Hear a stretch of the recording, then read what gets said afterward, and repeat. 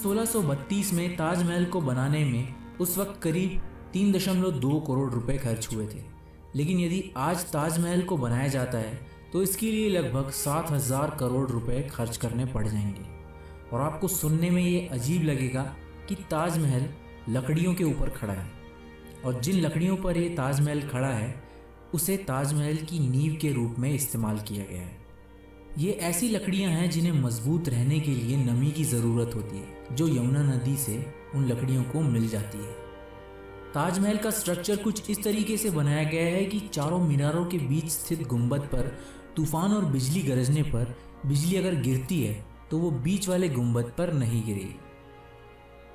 ताजमहल के तहखानों के रहस्य बताने के लिए सरकार ने भी अभी तक कोई भी जानकारी नहीं दी है, और कई रिसर्चर्स का ये मानना है कि ताजमहल के नीचे 1000 से भी ज़्यादा कमरे मौजूद हैं।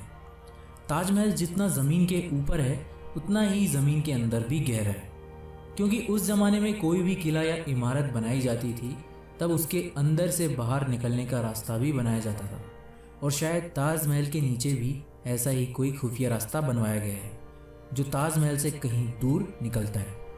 लेकिन इसके रहस्यमयी तहखानों की तरह इसके खुफिया रास्तों को भी शाहजहां के बाद बंद करवा दिया गया था। कई रिसर्चर्स का ये मानना है कि इन कमरों में बेशकीमती खजाने मौजूद हैं, क्योंकि एक बार मेटल डिटेक्टर से इसके नीचे बहुत से मेटल डिटेक्ट किए गए थे। कुछ इतिहासकार तो ये भी मानते हैं कि इन कमरों के अंदर बेशकीमती ऐतिहासिक दस्तावेज मौजूद हो सकते हैं जो हमारे इतिहास को बदल भी सकते हैं। इन तहखानों की खोजबीन की खबरें तो बहुत आई हैं, लेकिन कभी भी इन्हें खोला नहीं गया है। इनमें से कुछ दरवाजे तो खोले गए, लेकिन बाद में इन्हें बंद कर दिया गया, जिससे ताजमहल के रहस्यों को भी इन 4 दीवारों के पीछे बंद रखा गया है। ताजमहल के अंदर क्यों अभी तक कोई भी इलेक्ट्रिक लाइट्स नहीं लगाई गई हैं?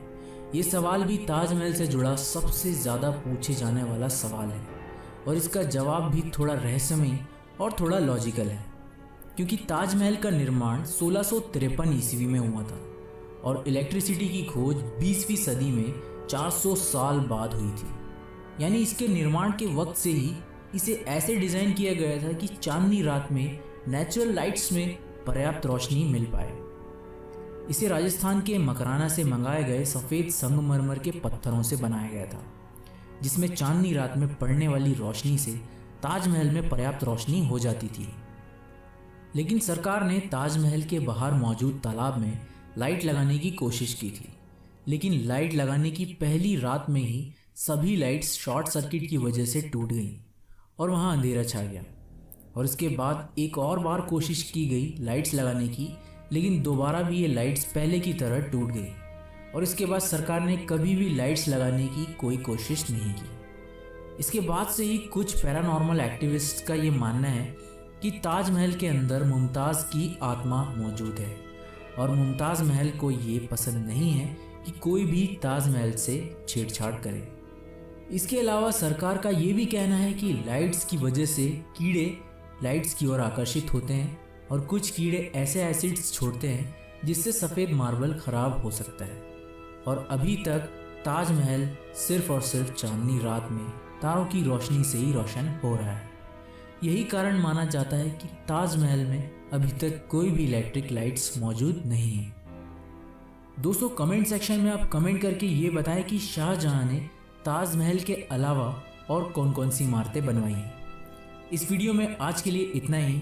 वीडियो पसंद आया हो तो वीडियो को लाइक ज़रूर करना।